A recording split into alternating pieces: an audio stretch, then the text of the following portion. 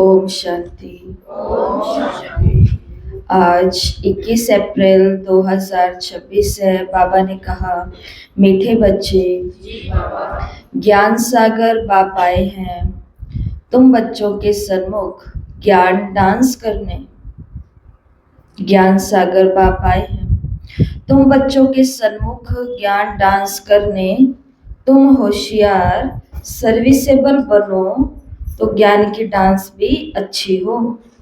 तुम होशियार सर्विसेबल बनो तो ज्ञान की डांस भी अच्छी हो। तो कैसे करता है निराकार ज्ञान की डांस? डांस करने के लिए हाथ चाहिए, पांव चाहिए, कोई चेहरा चाहिए जिसके ऊपर हाव और भाव आएंगे। तो कैसे करता है वो डांस निराकार? नए नए पॉइंट ज्ञान भी सुनाकर, ज्ञान की नई नई पॉइंट सुना करके। लेकिन ये डांस वो हर एक के आगे नहीं करता। ये डांस किसी खास के आगे वो करता है। डांस हर एक के आगे किया जाता है क्या? किसी के भी आगे कर लेंगे डांस? डांस भी इस संसार में सोच समझ करके किया जाता। डांस ये आजकल वाला डांस नहीं। डांस कल आर्ट, डांस का मतलब कला, नृत्य कला, जो 16 कलाओं में से एक कला सतयुग में होगी, त्रेता युग में होगी, है ना, भारतीय संस्कृति हमारी। तो वो डांस भी उन्हीं के आगे किया जाता है। अभी आपके आगे कोई कथकली आकर के करना शुरू कर दे, भरतनाट्यम करना शुरू कर दे, कईयों को पल्ले ही नहीं पड़ेगा कि ये क्या है, इसको बंद करो, हमें तो नींद आने लग गई है। क्योंकि उनको उनकी आंखें कहाँ जा रही है ये भाव नहीं पता चल रहे हैं। उनके उस इशारे के अंदर परमात्मा की तरफ इशारा हो रहा है या प्रकृति की तरफ इशारा हो रहा है, उनको पता नहीं चल रहा है। तो ज्ञान की डांस भी उसी प्रकार किसके आगे की जाती है? जो होशियार सर्विसेबल होते हैं। बाबा को पता है ये बच्चे होशियार है, बाबा को पता है ये बच्चे सर्विसेबल है, तो बाबा नए नए पॉइंट्स बताते हैं और समझदार बनने के लिए और सर्विसेबल बनने के लिए। लेकिन अगर कोई सुस्त होकर के बैठेगा, एक ग्रुप बाबा के पास गया है, बस गया है, बस गया ही है, तो बाबा उसके आगे मुरली भी कैसे चलाते थे? बच्चे तुम आत्मा हो, मैं परमात्मा हूँ, ये ब्रह्मा विष्णु शंकर है, बस अपना जो मुरली होती है। तो अभी आप सोचो, निर्णय करो कि हम बाबा का ज्ञान डांस देखना चाहते हैं। बोलो हाँ या ना। चाहते हैं। चाहते हैं तो खुद को कैसा समझ करके बैठना पड़ेगा कि मुझे इस सेवाओं में बहुत इंटरेस्ट है, मुझे इस पढ़ाई के गहरे गहरे राज समझने हैं। ना इसलिए ना बैठना केवल कि चलो भाई आज की मुरली सुनाते हैं, फिर पूरा दिन तो काम करने ही है, बहुत पहले मुरली वाला काम कराते हैं। अभी 7 दिन का कोर्स कंप्लीट हुआ एक ग्रुप का, तो एक आत्मा कहती चलो भाई बहुत अच्छा टाइम पास हुआ हमारा तो 7 दिन। मैंने कहा प्रसाद तो बाद में दूंगी, पहले बता दूं टाइम पास हुआ है कि क्या हुआ है। क्योंकि बाकी सभी लोग अच्छी भाषा नहीं सीखेंगे, बाकी सभी लोग टाइम पास वाली भाषा सीख लेंगे। तो उन को बोला कि मेरी माता जी टाइम पास नहीं हुआ, आपका तो टाइम, आपकी तो सांसें, आपके तो कदम कदम क्या हो गए? सफल हो गए। कहते हाँ ये बात आपने सही की, क्योंकि अनजाने पर मैं बोला गया, उनको पता नहीं। उनका भाव तो था कि चलो भाई बहुत अच्छा हमारा समय सफल हुआ, घर ऐसे ही पड़े रहते। लेकिन उनके मुंह से क्या निकल गया? संसार की भाषा कि बढ़िया टाइम पास हो गया। लेकिन अभी हम तो संसारी नहीं है ना, हम तो असंसारी हैं। तो हमारी भाषा अब क्या होनी चाहिए? असंसारी, लौकिक होनी चाहिए। तो ज्ञान की डांस अगर हमको भी चाहिए बाबा की, तो खुद को क्या बनाना पड़ेगा? हमें बहुत होशियार, बहुत सर्विसेबल। तो उन्हों के आगे बाबा ने कहा ज्ञान की डांस भी अच्छी हो। प्रश्न है, संगम युग पर तुम बच्चे अपने में कौन सी हॉबी डालते हो, कौन सी आदत डालते हो? उत्तर, याद में रहने की। ये है रूहानी हॉबी। इस हॉबी के साथ साथ तुम्हें दिव्य और अलौकिक कर्म भी करने हैं। तुम हो ब्राह्मण, तुम्हें सबको सच्ची सच्ची कथा जरूर सुनानी है। सर्विस की भी तुम बच्चों में हॉबी होनी चाहिए। तो संगम पर कौन सी हॉबी होनी चाहिए? तो बाबा ने तो शुरुआत की, अभी हम कौन सी आदत डाल रहे हैं कि मैं कुछ भी करूं तो बाबा की याद में रहूं। तो हम आदत डाल रहे हैं योग में रहने की। लेकिन इसके साथ बाबा ने बोल दिया केवल योग नहीं, और साथ में क्या चाहिए? अलौकिक कर्म भी चाहिए। घर वालों के साथ, आस पड़ोस वालों के साथ दिव्य और अलौकिक कर्म। और तीसरा बाबा ने कहा कर्म के साथ फिर सेवा की भी हॉबी डालनी है। बिना सेवा के मेरा एक दिन भी नहीं जाना चाहिए। तो सेवा की भी क्या डालो? आदत डालो। गीत है धीरज धर मनवा। ओम शांति। ओम शांति। जैसे कोई हॉस्पिटल में बीमार होते हैं तो पेशेंट दुख से छूटने की आश रखते हैं, तो पेशेंट की तरह ओम शांति नहीं बोलना। ओम शांति ऐसे नहीं बोला, अच्छे से बोला। जैसे कोई हॉस्पिटल में बीमार होते हैं तो पेशेंट दुख से छूटने की आश रखते, डॉक्टर से पूछते हैं क्या हाल है, कब ये बीमारी छूटेगी? बाबा ने कहा वो सब है हद की बातें, ये है बेहद की बात। बाप आकर बच्चों को राय देते हैं। ये तो बच्चे जान चुके हैं कि बरोबर सुख और दुख का खेल है। यूं तो तुम बच्चों को सत्युग में जाने से भी जास्ती फायदा यहाँ पर है, क्योंकि जानते हो इस समय ईश्वरीय गोद में है, ईश्वरीय औलाद है। संगम पर ज्यादा सुख है कि सत्युग में ज्यादा? संगम पर तो फिर हम नहीं चाहते ना संगम से जाना। बताओ, संगम से जाना चाहते हैं? जाना तो चाहते हैं। संगम से जाना चाहते हैं?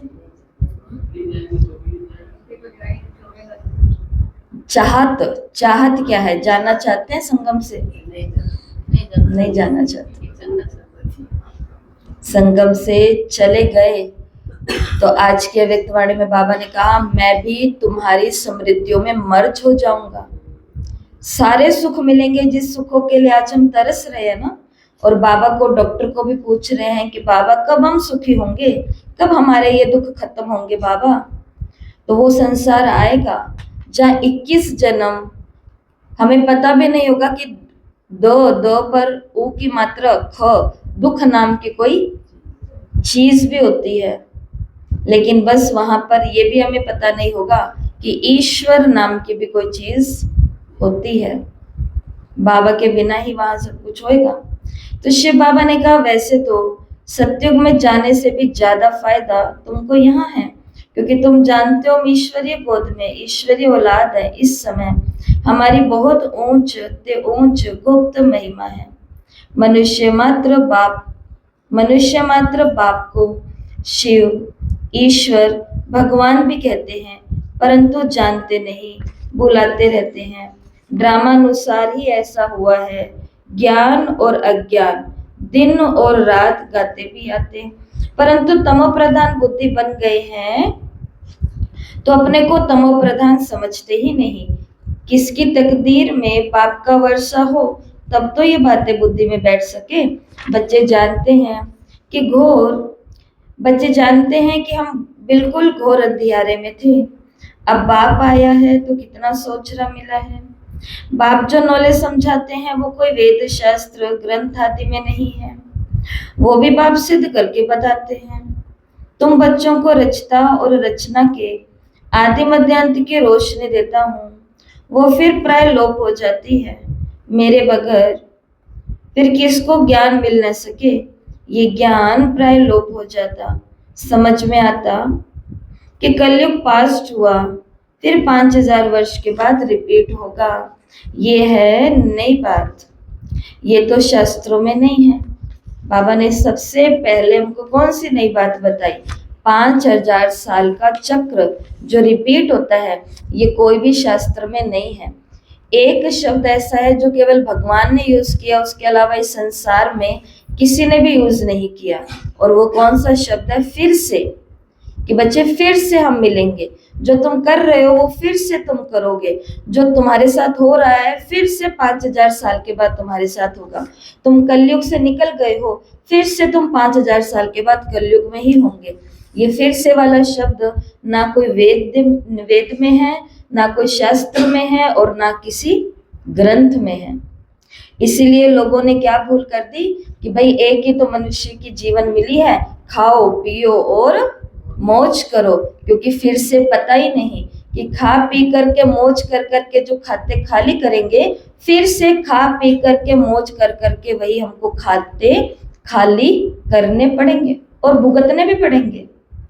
ये है नई बातें जो शास्त्रों में नहीं है। बाप तो ये नॉलेज सभी को एक जैसी पढ़ाते हैं, परंतु धारणा में नंबरवार होते हैं। कोई अच्छे सर्विसेबल बच्चे आते हैं तो बाबा का डांस भी ऐसा ही चलता है। डांसिंग गर्ल के आगे देखने वाले बहुत शौकीन होते हैं, तो वो खुशी से बहुत अच्छा डांस करती है। थोड़े बैठे होंगे तो कॉमन रीति से थोड़ा डांस करेगी। वाह वाह करने वाले बहुत होंगे तो उनका भी उल्लास बढ़ेगा। तो यहाँ भी ऐसे ही है। मुरली तो सब बच्चे सुनते हैं, लेकिन सन्मुख सुनने की बात और है ना। ये भी दिखाते हैं कि श्री कृष्ण डांस करता था। डांस कोई वो नहीं, वास्तव में है ज्ञान की डांस। शिव बाबा खुद बताते हैं, मैं ज्ञान की डांस करने आता हूँ, मैं ज्ञान का सागर हूँ। तो अच्छी अच्छी पॉइंट्स निकलती हैं। ये है ज्ञान की मुरली, काट की मुरली नहीं है। पतित पावन बाप आकर सहज राजयोग सिखाएंगे या लकड़ी की मुरली बजाएंगे? भगवान आकर के क्या करेगा? पतित से पावन बनने के लिए सहज राज योग सिखाएगा या काट की लकड़ी की मुरली बजाएगा? ये किसी के ख्याल में भी नहीं होगा कि बाप आकर के राजयोग सिखाते हैं। अभी तुम जानते हो, बाकी कोई भी मनुष्य मात्र को ये बुद्धि में आ न सके। आने वालों में भी बाबा ने कहा मनुष्यों की बुद्धि तो चलो ठीक है, पर जो आते हैं आने वालों में भी तो नंबरवार पद पाते हैं। जैसे कल्प पहले किया है वैसे ही पुरुषार्थ करते रहते हैं। जिनका पुरुषार्थ ढीला ढाला है, उनका पुरुषार्थ कल्प कल्पांतर कैसा रहा है? ढीला ढाला। जो पुरुषार्थ के अंदर चुस्त फुरुस्त दुरुस्त है, उनका पुरुषार्थ कैसा रहा है? हर कल्प के अंदर ऐसा ही रहा है। जैसे कल्प पहले किया है वैसा ही पुरुषार्थ करते रहते। तुम जानते हो कि कल्प पहले मुआफिक बाप आते हैं और क्या करते हैं? आकर के बच्चों को सब राज खोल करके बताते, कहते हैं मैं भी बंधन में बंधा हुआ हूँ। हर एक ड्रामा के बंधन में बंधा हुआ है। जो कुछ सत्युग में हुआ था वो फिर होगा। कितने अनेक प्रकार की योनियां हैं। सत्युग में इतनी योनियां थोड़ी ही होंगी, वहां तो थोड़ी वैरायटी होती है। फिर वृद्धि को पाते रहते हैं। जैसे धर्म भी बढ़ते जाते हैं ना, सत्युग में तो थे नहीं। जो सत्युग में थे वो फिर सत्युग में ही दिखेंगे। सत्युग में कोई भी चीची गंध करने वाली चीजें नहीं होती। तो बताओ, सत्युग के अंदर डेंगू का मच्छर होगा, मलेरिया का मच्छर होगा, कॉमन मच्छर होगा? कॉमन मच्छर ये खून चूसने वाला गंद होगा? गंदगी नहीं होगी तो मक्खी मच्छर भी नहीं होंगे। और मेरे को ये बताओ जरा, गंदगी क्यों नहीं होगी वहां पर? इसलिए वहां गंदगी नहीं होगी क्योंकि वहां सत्व प्रधान होंगे, बस इसीलिए वहां गंदगी क्यों नहीं होगी? शुद्ध है। चलो, और गंदगी फैलाने वाले ही नहीं होंगे।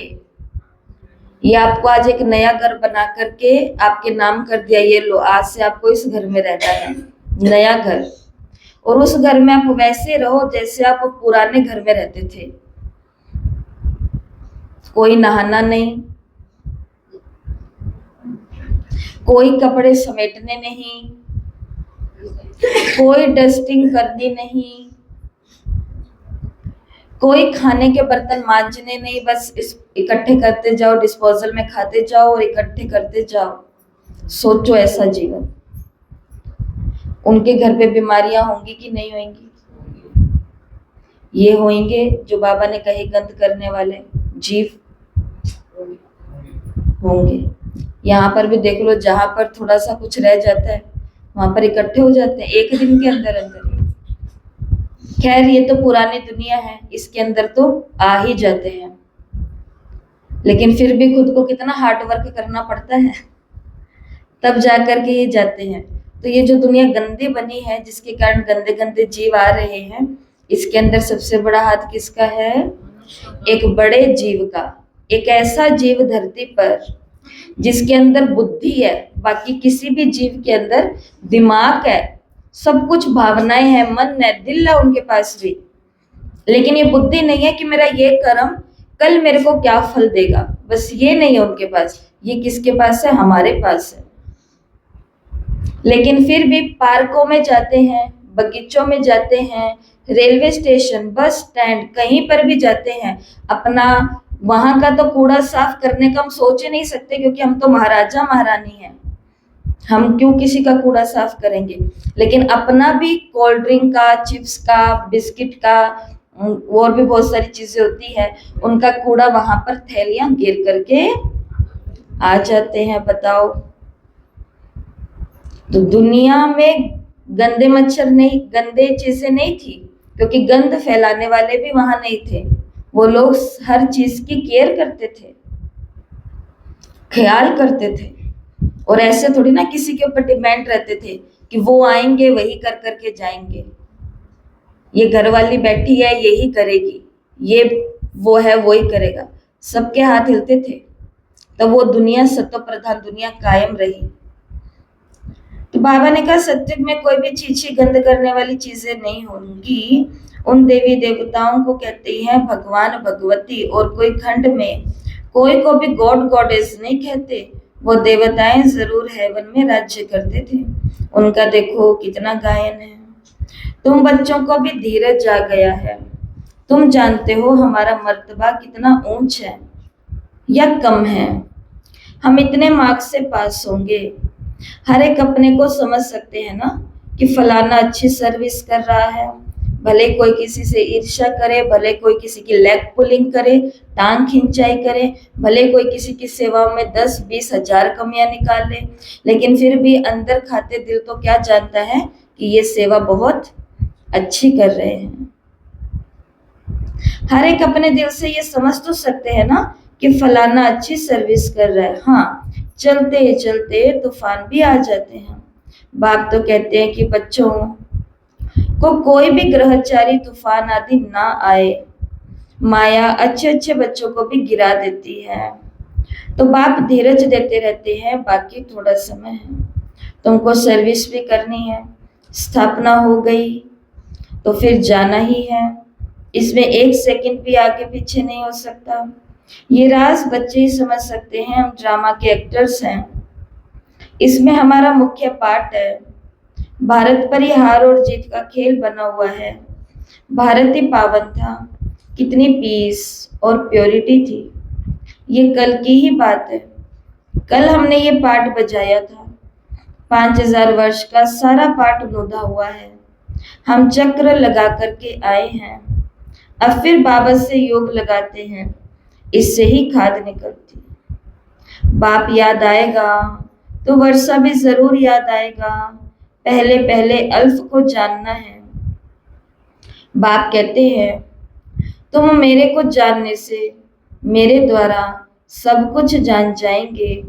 ज्ञान तो बड़ा सहज है, 1 सेकंड का, फिर भी समझाते रहते हैं, पॉइंट्स देते रहते हैं।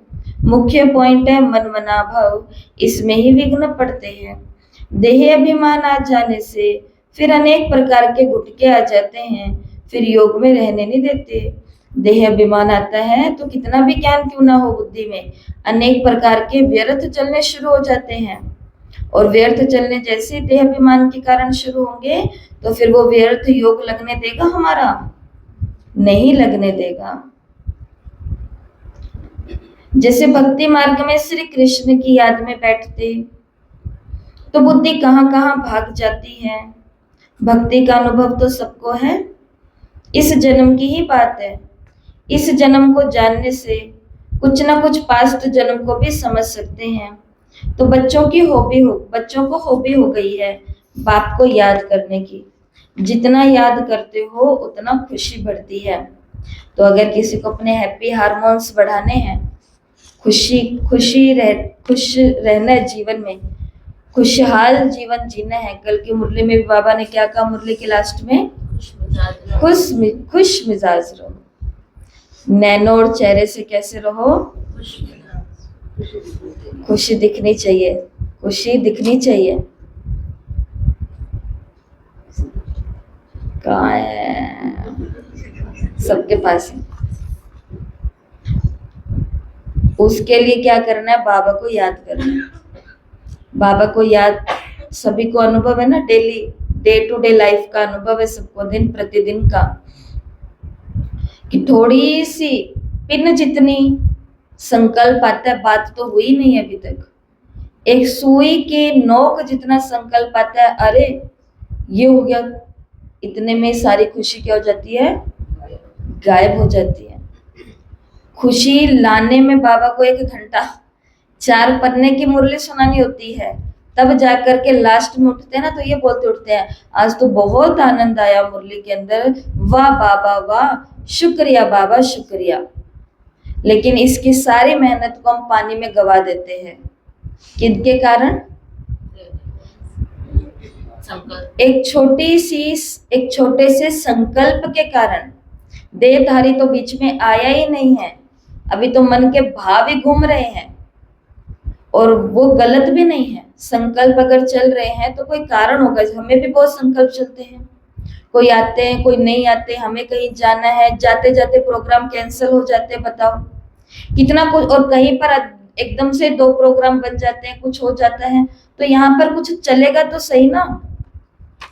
लेकिन आज बाबा ने हमको क्या कहा, याद में रहो कि बाबा का हाथ और बाबा का वरदानी, बाबा का साथ और बाबा का वरदानी हाथ मेरे सिर के ऊपर है।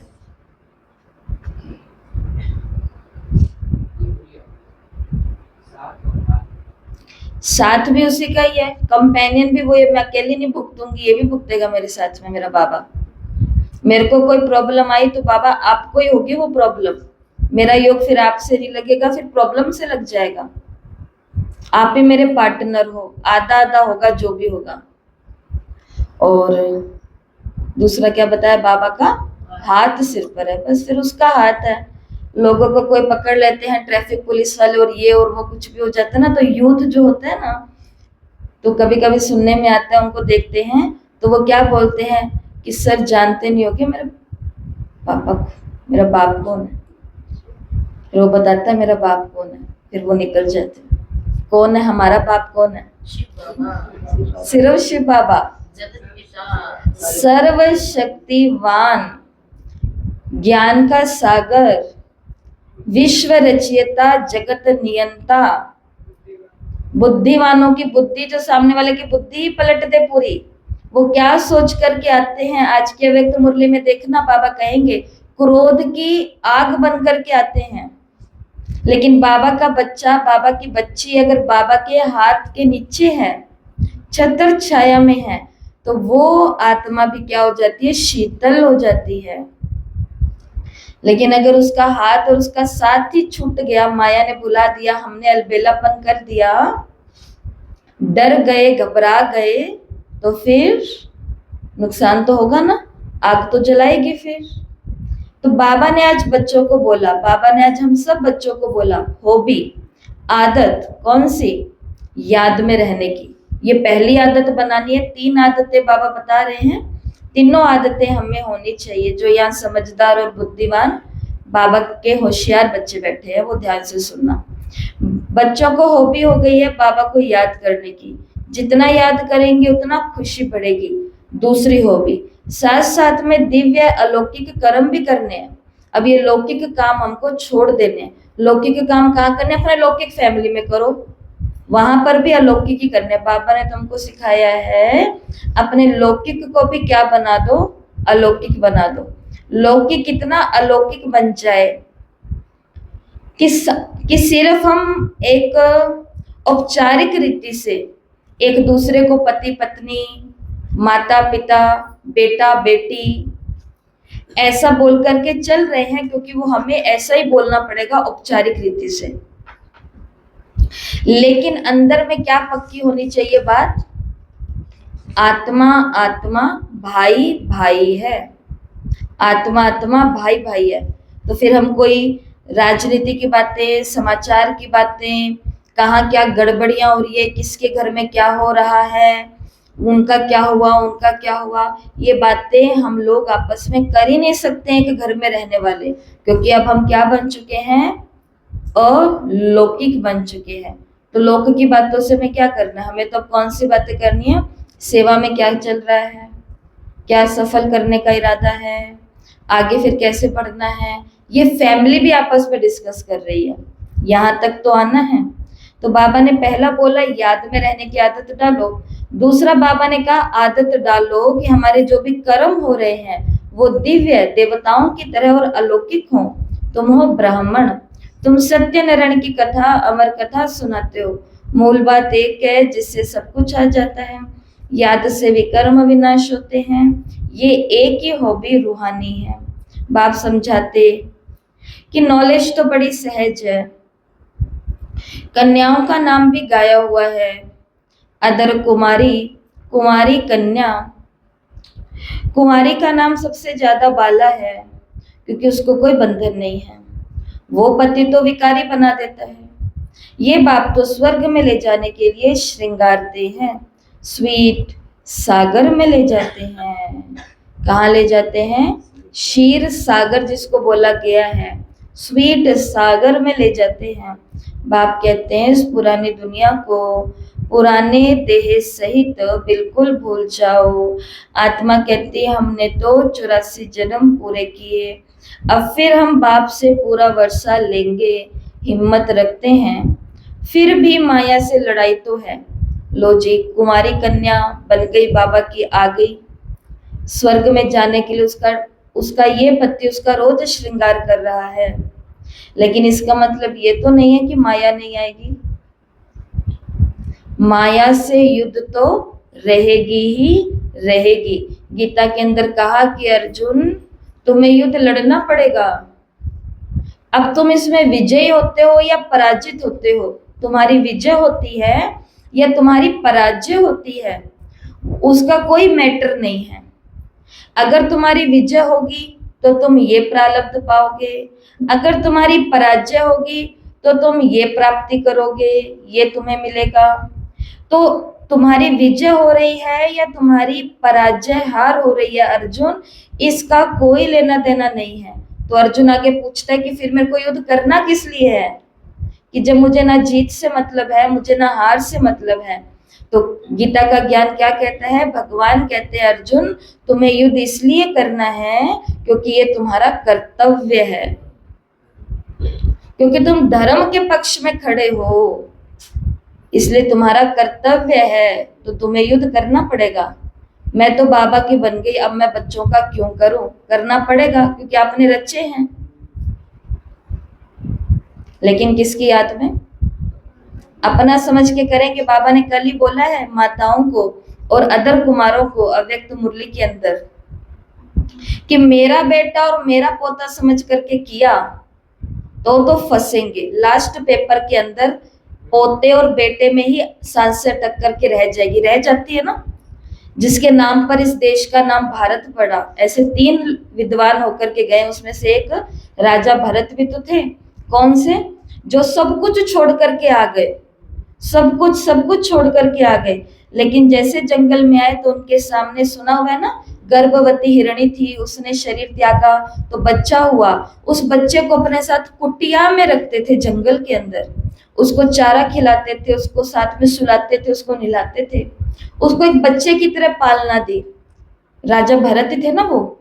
और लास्ट के अंदर जब वो प्राण त्यागने लगे तो उनको कौन याद रह गया? वो हिरण जो बड़ा हो गया बच्चा, तो वही वही वही वही याद आ रहा है, उसी को ही पुकार रहे हैं, उसी को ही याद कर रहे हैं। और फिर कथाओं के अनुसार दिखाते हैं, कथा के अनुसार, कि फिर अगला जन्म उनका कौन सा होता है, हिरण की जोनी में हो जाता है। अब बताओ, अब यहाँ पर सच में हिरण बनने या कुत्ता बिल्ली बनने या पशु पक्षी ये जीव बनने की बातें तो हो ही नहीं रही है। यहाँ पर तो उनके जैसे गुणों की बातें और अवगुणों की बातें हो रही है। गुणदाता को याद रखेंगे तो उस सागर में जाकर के समा ही जाएंगे, समझ लो, फिर अच्छी दुनिया में आ जाएंगे।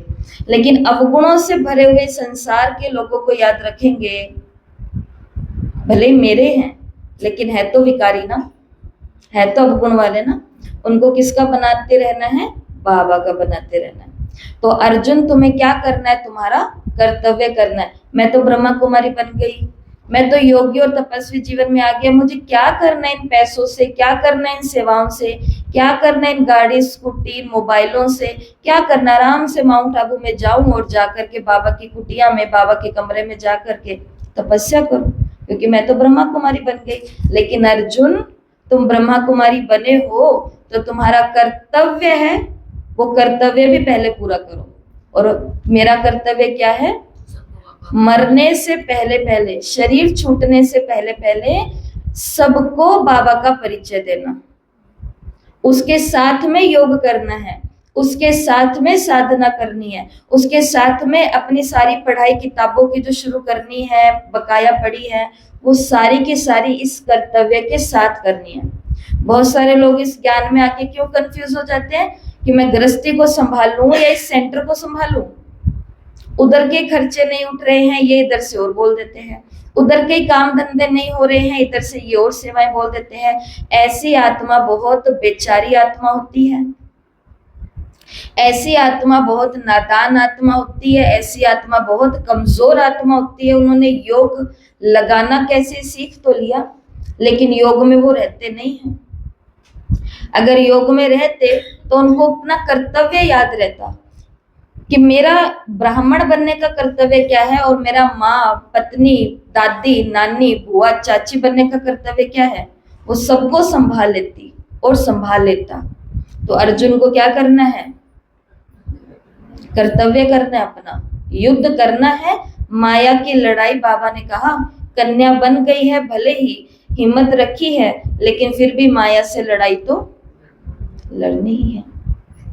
आगे तो ये बाबा है, फिर भी आगे कौन है, हमारे ब्रह्मा बाबा, साकार की बातें। माया के तूफान जास्ती इनके पास आते हैं, बहुत आकर के पूछते बाबा हमको ये होता है, बाबा बताते कि हाँ बच्चे, ये तूफान तो जरूर आएंगे, पहले तो मेरे पास ही आते हैं, अंत में सब कर्मातीत अवस्था को पा लेंगे, ये कोई नई बात नहीं है। कल्प पहले भी हुआ था, ड्रामा में पार्ट बजाया, अब फिर वापस घर जाते हैं। बच्चे जानते हैं ये पुरानी दुनिया नर्क है। क्या है ये पुरानी दुनिया, याद रखना, हमको तो नहीं भूलती ये बात, आप भी कभी मत भूलना, धोखे में मत आ जाना। थोड़ा सा घर के अंदर सुख आ गया, थोड़ा सा शरीर निरोगी हो गया, थोड़ा सा पैसा बढ़ गया, थोड़ी सी सेवाएं ज्यादा हो गई, थोड़ा सा सेंटर बड़ा बन गया, फिर भी याद रखना है कि दुनिया क्या है, नरक। ये सुख यहाँ फिर भी नहीं मिलना है ही नहीं। यहाँ पर तो किस लिए हम बचे हुए, अर्जुन अपना कर्तव्य करो, कर्तव्य पूरा करने के लिए। कहते भी हैं कि ये लक्ष्मी नारायण क्षीर सागर में रहते थे, इन्हों के मंदिर कितने अच्छे अच्छे बनाते हैं। पहले पहले मंदिर बनाया होगा तो क्षीर का ही तालाब बनाकर विष्णु की मूर्ति को बिठाया होगा, दूध का तालाब बना करके, बहुत अच्छे अच्छे चित्र बना करके पूजा भी करते थे। उस समय तो बहुत सस्ताई थी, बाबा का सब देखा हुआ है। बरोबर ये भारत कितना पवित्र क्षीर का सागर था, दूध घी की तो जैसे नदियां बहती थी। ये तो महिमा दे दी है, स्वर्ग का नाम लेते ही मुंह में पानी आ जाता है। स्वर्ग का नाम लेते ही बाबा ने कहा मुख में क्या हो जाना चाहिए। तुम बच्चों को अब ज्ञान का तीसरा नेत्र मिला है तो बुद्धि में समझ आई है, बुद्धि चली जाती है अपने घर और फिर आएंगे स्वर्ग में, वहां सब कुछ नया ही नया होगा। बाबा श्री नारायण की मूर्ति देख बहुत हर्षित होता था, बहुत प्यार से रखता था। ये नहीं समझता था कि हम ही ये बनूंगा। तो बाबा को जब साक्षात्कार हुआ चतुर्भुज विष्णु का, एक हाथ में शंख, एक हाथ में पद्म कमल का फूल, एक हाथ में गदा, एक हाथ में चक्र, ये चारों चक्र, गदा, कमल और शंख, ये चारों का जब विष्णु चतुर्भुज का साक्षात्कार हुआ तो क्या आवाज आई? ये देखो, ये देखो, तो क्या याद आई? अहम विष्णु चतुर्भुज तत्वम, कि मैं विष्णु चतुर्भुज हूं, तुम भी यही बनने वाले हो, तुम भी यही हो। और वहीं पर ही ब्रह्मा बाबा को माना, दादा लेखराज कृपलानी को, लखीराम बाबू को, सिंधी ब्राह्मण आत्मा को क्या मिल गया? अपने जीवन का लक्ष्य मिल गया कि मैं जोहरी नहीं हूं, मैं सिंधी ब्राह्मण नहीं हूं, मैं 6 बच्चों का पिता और ससुर और दादा नहीं हूं, मैं एक पुरुष, मात्र एक पुरुष नहीं हूं, मैं केवल नारायण का भगत नहीं हूं। लेकिन श्री नारायण ने कहा, विष्णु ने कहा कि मैं विष्णु चतुर्भुज हूं, तुम भी यही हो। और लक्ष्य मिल गया कि मुझे मेरा जीवन कैसा बनाना है? विष्णु के जैसा बनाना है। चारों लक्षण जीवन में लेकर के आने हैं। उल्टा चक्कर घूम रहा है ना सारा दिन, उस चक्कर को क्या करना है? सीधा घुमाना है, उल्टा नहीं घुमाना। दुनिया में बहुत उल्टे चक्कर घूम रहे हैं, खुद का और खुद वालों का सत्यानाश कर चुके हैं। इसके लिए थोड़ा बहुत जो बुद्धि चल रही है, एक समय आएगा, लोगों के जीवन में एक समय आता है कि वो कहते हैं हमें तो याद ही रहना बंद हो गया, याद ही नहीं रहता। फिर कैसे चक्रियां घुमाएंगे जब याद ही नहीं रहेगा? जब तक याद है, क्यों ना उल्टा चक्कर घुमा लें। फिर तो याददाश्त शक्ति क्या हो जाएगी? कमजोर हो ही जाएगी। वो तो है ही उम्र का तकाजा।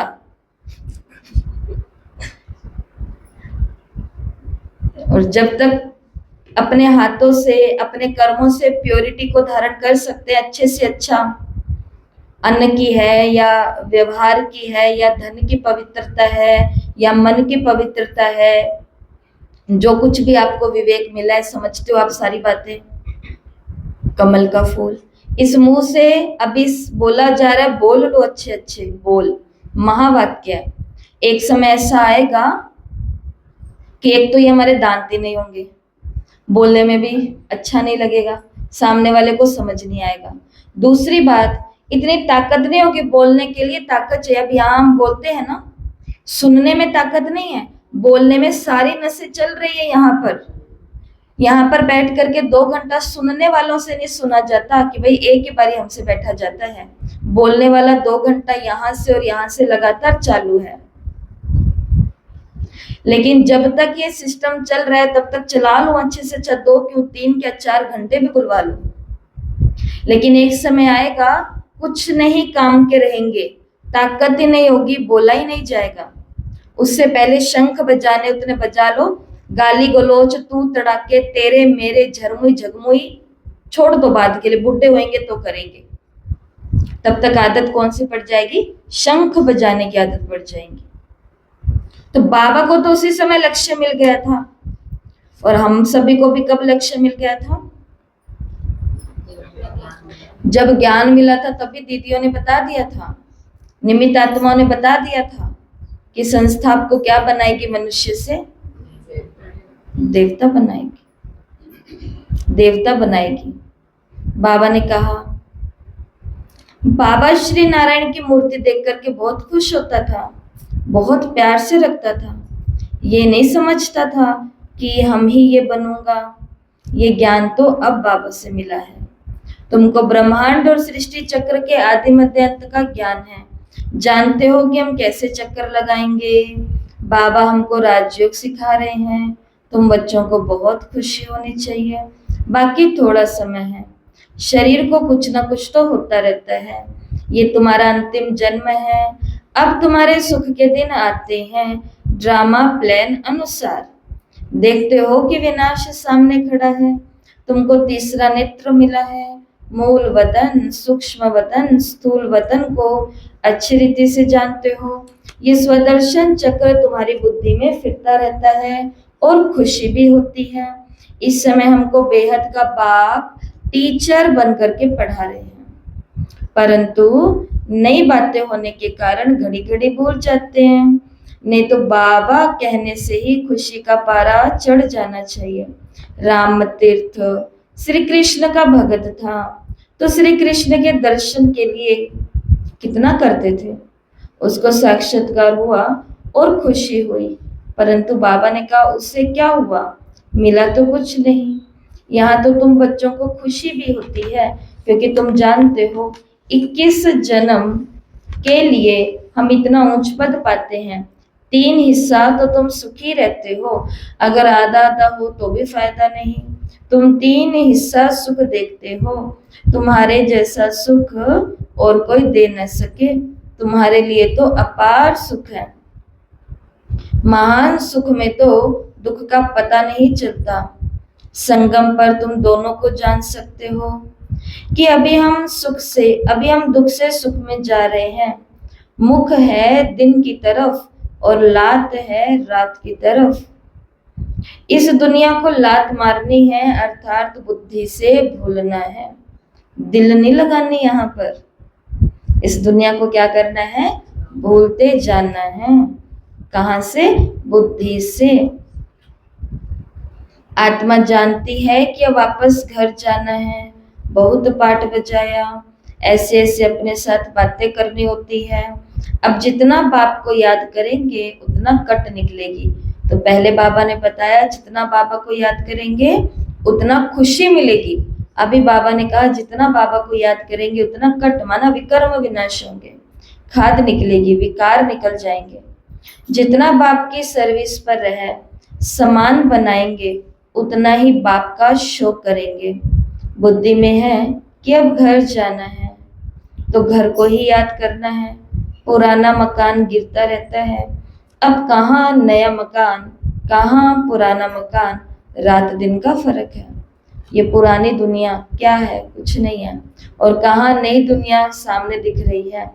तो बाबा ने कहा रात दिन का फर्क है। ये तो हूबहू विषय वैतरणी नदी है, एक दो को मारते हैं, झगड़ते हैं, बाकी भी बाबा आया है तो बहुत लड़ाइयाँ शुरू हो गई हैं।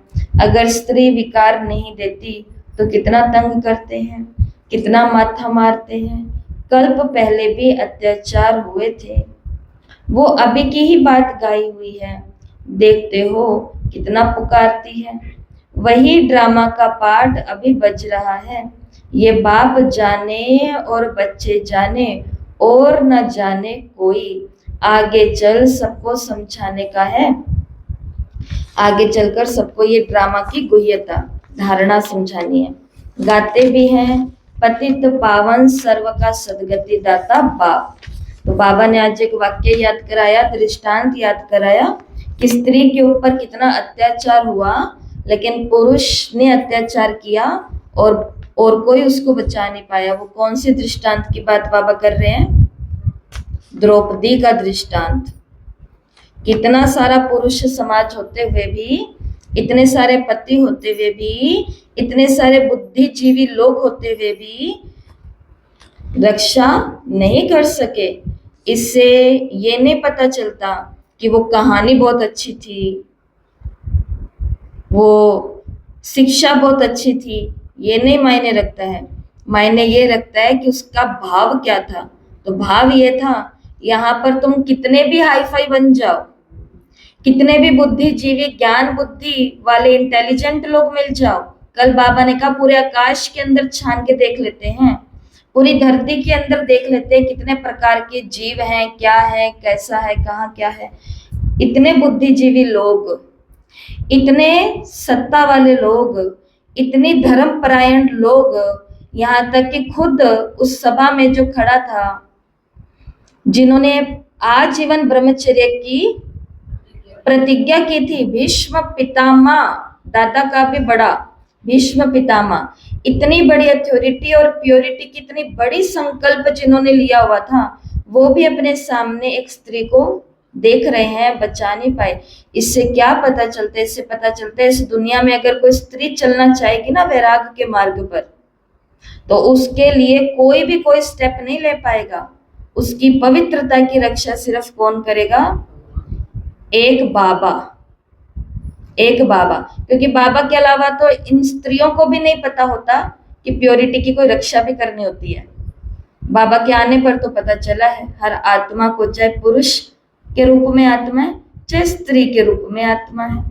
दूसरे वो औरत ने तो अपने राज्य की अपने ही घर की बहू बेटी थी, अपने ही घर की थी, तो अपने घर वालों की, कोई घर की यंग बहू बोले कि मुझे बाबा मिलन करना है, मुझे ज्ञान में चलना है, तो पहले तो ज्ञान में चलने वाली उनकी जो सासू और ससुर और जो लोग होते हैं वो कहते हैं अभी ये थोड़ी ना तुम्हारी उम्र है, अभी लाइफ को एंजॉय करो, बाबा की मुरली पढ़ते रहा करो साथ साथ में। क्योंकि पता है ये ज्यादा बाबा की बन गई तो घर का काम हमें करना पड़ेगा, ये तो सेवाओं में घूमने लग जाएंगे। डरना नहीं है इतना। बाबा को अंदर से हमारा ये चक्कर फिर दिखाई दे रहा है।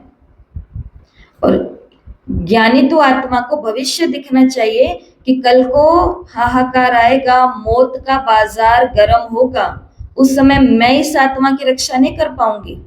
इस आत्मा ने खुद का जो खाता भरा है ना यहाँ पर आकर के, प्योर बन करके, पढ़ाई लिखाई करके, सेवाएं दान पुण्य करके, इस आत्मा के काम ये या ना। इसलिए कहीं कहीं हम क्या देखते हैं कि बच्चे का जन्मदिन होता है, बच्चा इतना सही है, उसको पूरा चलना बैठना करना ही नहीं आता है, लेकिन माँ बाप भंडारी के पास उसको लेकर के जाते हैं और इसके इतने इतने हाथों से, वो भंडारी में उसको घुसाना ही नहीं आ रहा है तो भी उसके हाथों से कराते। क्यों? क्योंकि भाई इसके हाथों से होना चाहिए। इतनी अक्ल है ना हमारे अंदर, इनके हाथों से होना चाहिए। क्यों? क्योंकि पुण्य इसको लगना चाहिए। फिर यही जब बड़ा हो जाता है और ये कहता है कि मेरे को तो पुण्य के काम वाला ही बनना है, तो हम उसके हाथ अगर पीछे खींचेंगे और कहेंगे हम कर रहे हैं ना तुम्हारी तरफ से, तो इसका मतलब हम डर गए, भयभीत हो गए। बाबा ने तो कहा पतित पावन मैं हूं, सर्व का सदगति दाता बाप मैं हूं। तुम कोई को भी समझा सकते हो कि भारत स्वर्ग और भारत नरक कैसे बनता है। आओ हम तुम्हें सारे वर्ल्ड की हिस्ट्री ज्योग्राफी समझाएं। ये बेहद की हिस्ट्री ज्योग्राफी ईश्वरी जाने और ईश्वर के तुम बच्चे जानो। पवित्रता सुख शांति की कैसे स्थापना होती है। इस हिस्ट्री ज्योग्राफी को जानने से तुम सब कुछ जान जाएंगे। बेहद के बाप से तुम जरूर बेहद का ही वर्षा लेंगे। ये आकर के समझो, टॉपिक बहुत है। तुम बच्चों का तो अब दिमाग ही पुर हो गया है, तुम बच्चों का दिमाग तो अब भरपूर हो गया है। टॉपिक दो कोई भी टॉपिक बस दो तो सही, उसके ऊपर समझाने के लिए तैयार है। क्यों? क्योंकि बाबा ने मुझ आत्मा का दिमाग भरपूर कर दिया है। खुशी का पारा कितना चढ़ता है। सारी नॉलेज तुम बच्चों के पास है, नॉलेजफुल बाप से नॉलेज मिल रही है। और क्यों नहीं भरेगा दिमाग हमारा पूरा नॉलेज से? क्योंकि नॉलेजफुल बाप से हमको नॉलेज मिल रही है। फिर हम ही जाकर के लक्ष्मी नारायण बनेंगे, वहां फिर ये नॉलेज का कुछ भी नहीं होगा। कितनी को ये बातें समझने की है। बच्चे सीढ़ी के चित्र को अच्छी रीति से समझ गए हैं। तो ये है 84 का चक्र। अब मनुष्यों को भी क्लियर समझाना है। बाबा ने कहा तुमने तो समझा, लेकिन अब अपने भाई बहनों को भी एकदम क्लियर करके समझाना है। इसको अब स्वर्ग व पावन दुनिया थोड़ी कहेंगे। सतयुग अलग है, कलयुग अलग चीज है। ये चक्कर कैसे फिरता है ये समझाने में सहज है, समझानी अच्छी लगती है, परंतु पुरुषार्थ कर याद की यात्रा में रहे ये बहुतों से होता नहीं है। हमें अच्छी अच्छी ज्ञान की बातें समझाते रहो। बाबा ने कहा ये तो बहुत बच्चों को अच्छा लगता है, लेकिन पुरुषार्थ करें याद की यात्रा में रहने का, ये बहुतों से नहीं होता है। लेकिन विकर्म कैसे विनाश होंगे? ज्ञान सुनने से हो जाएंगे? नहीं होंगे ना। उस ज्ञान को जीवन पर धारण करने के लिए पुरुषार्थ करना पड़ेगा, मेहनत करनी पड़ेगी। बाबा ने तो कह दिया तुमको 84 का सीढ़ी चक्र क्लियर हो गया है, जाकर के मनुष्यों को समझाओ। ये पॉइंट याद करने से कुछ नहीं होने वाला है, इस पॉइंट को लागू करना पड़ेगा। और उसके लिए क्या करना पड़ेगा? याद में रह करके पुरुषार्थ करना पड़ेगा कि कहाँ जाकर के मनुष्य को समझाऊं, कैसे इन्हों को इकट्ठा करूं, कहाँ ये मिलेंगे मेरे को, कहाँ मिलेंगे बताओ, कहाँ मिलेंगे? हनुमानगढ़ में मिलेंगे, ये वाली बात है, बाहर निकलते ही मिलेंगे। मंदिरों में बाबा तो कितना स्पष्ट बोलता है, देवी देवताओं के और शिव के मंदिर में जाओ, वहां पर भगत आए रहते हैं, और वहां जाकर के क्या करो? ज्ञान सुनाओ। लेकिन वहां जाकर के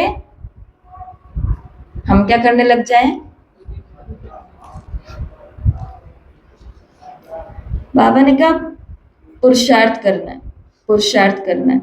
अच्छा, मीठे मीठे सिकिलते बच्चों प्रति माता पिता बाप दादा का याद प्यार और गुड मॉर्निंग। रूहानी बाप की रूहानी बच्चों को नमस्ते। हम रूहानी बच्चों की रूहानी माता पिता बाप दादा को याद प्यार नमस्ते, गुड मॉर्निंग, ओम शांति, शुक्रिया बाबा, शुक्रिया बाबा।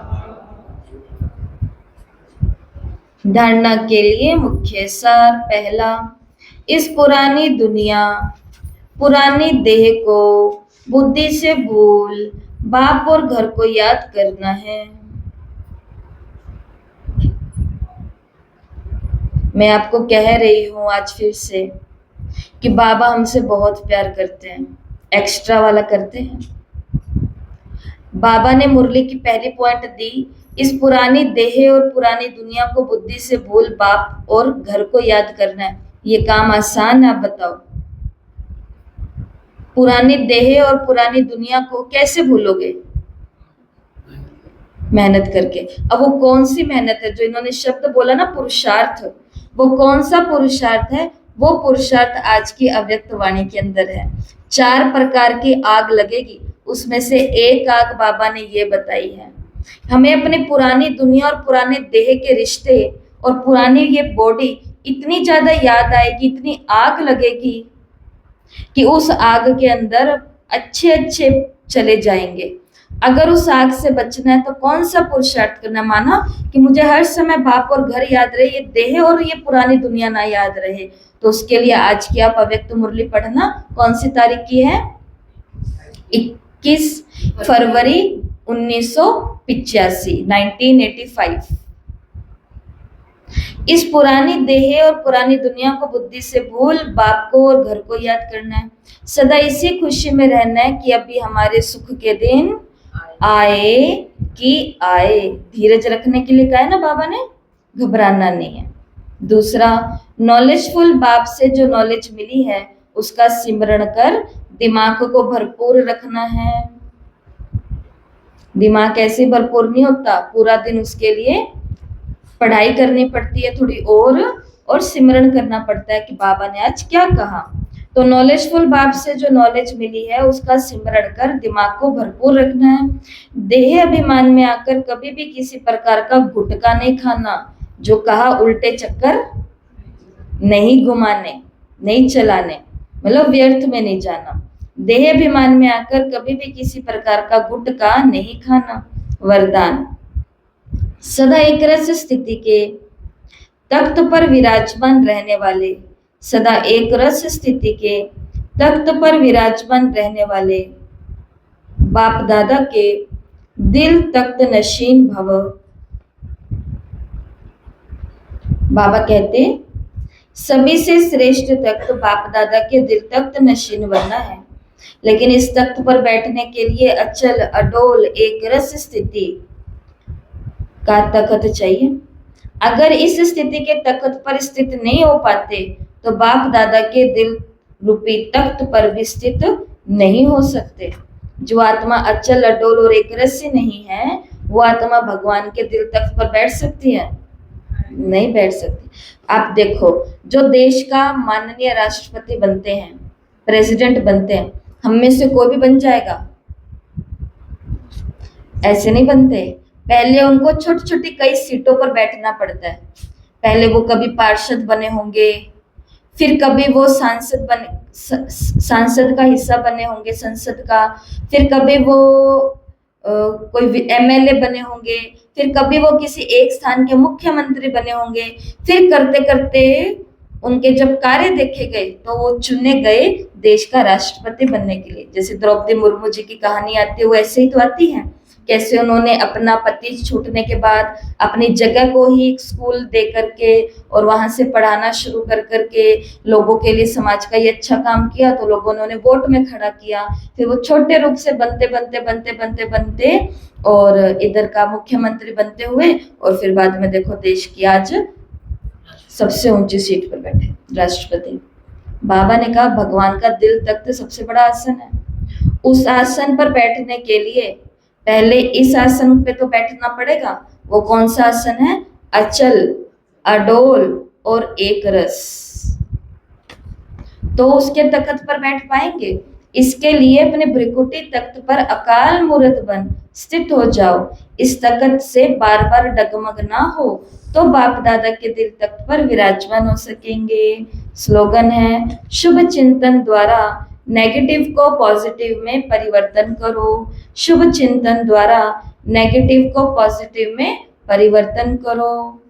आज के अव्यक्त इशारे हैं, ब्रह्मा बाप अपने हर एक बच्चे के चेहरे पर एक तो सदा रूहानियत की मुस्कुराहट देखना चाहते हैं और दूसरा मुख से सदा मधुर बोल सुनना चाहते हैं। एक शब्द भी मधुरता के बिना ना हो, चेहरे पर रूहानियत हो, मुख में मधुरता हो और मन बुद्धि में सदा शुभ भावना, रहम दिल की भावना, दातापन की भावना हो, हर कदम में फॉलो फादर हो। यही पालना का रिटर्न है। क्या रिटर्न देंगे हम भगवान को उसकी पालना का? जो इतनी पालना हमको मिल रही है उससे, उसका हम क्या रिटर्न देंगे? वो कहते हैं उसका रिटर्न यही है, अच्छे बोल बोला करो, मन और बुद्धि के अंदर दूसरों के प्रति शुभ भाव रखा करो, रहम दिल का भाव रखा करो, दातापन का भाव रखा करो। हमारे अंदर शुभ भावना है क्या एक दूसरे के लिए? सोचो, बताओ आप, एक दूसरे के लिए हम अच्छा सोचते हैं? नहीं सोचते। मैं कह देती हूँ, क्योंकि मैं यहाँ टीचर बन करके ये बात कह रही हूँ।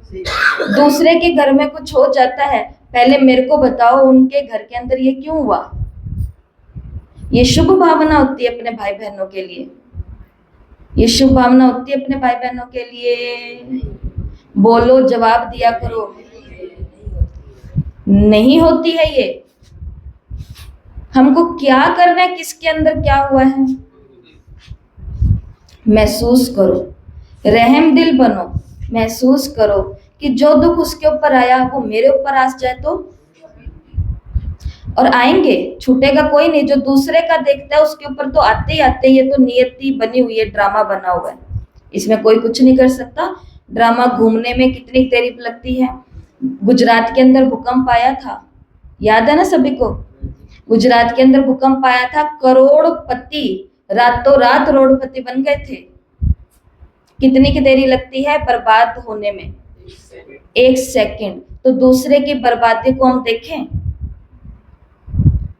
तो हम शुभ भावना रखने वाले हैं, रहम दिल रखने वाले हैं और दातापन की भावना रखने वाले हैं। बाबा को अब हमसे अपनी पालना का रिटर्न क्या चाहिए? यही चाहिए।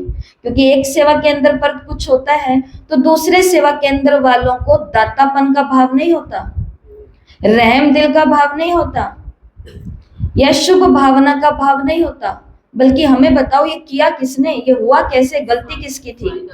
फायदा उठा ले। एक दीदी को कुछ होता है, 1-2 दीदियों में कुछ कुछ होता है, दातापन का भाव दिखा दे, रहम दिल का भाव दिखा दे। मेरी घर की 2 बेटियों में ऐसा कुछ हो जाए तो मेरे पर क्या बीतेगी?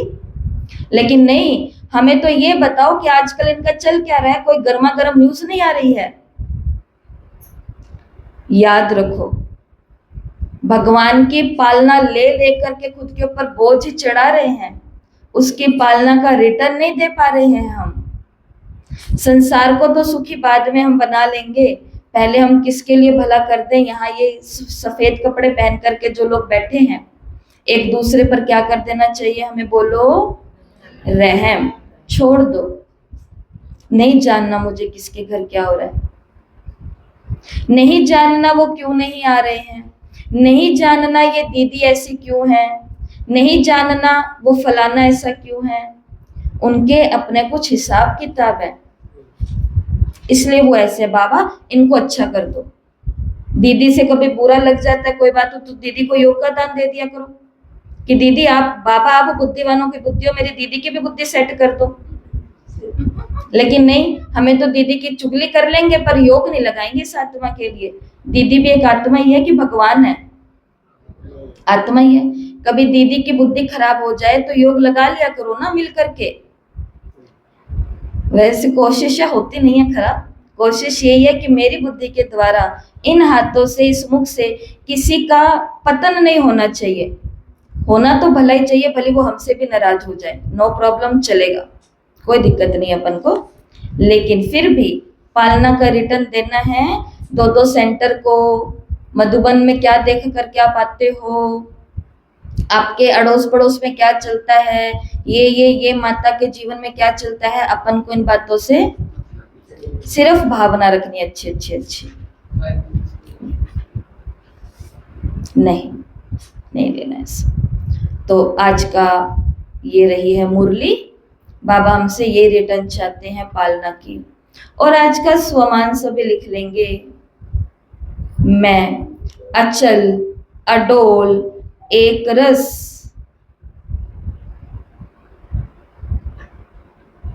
अकाल तख्त पर विराजमान हूं। पूरा, मैं अचल अडोल एक रस, अकाल तख्त पर विराजमान हूं। ठीक है, Om Shanti. Described it with absolute precision.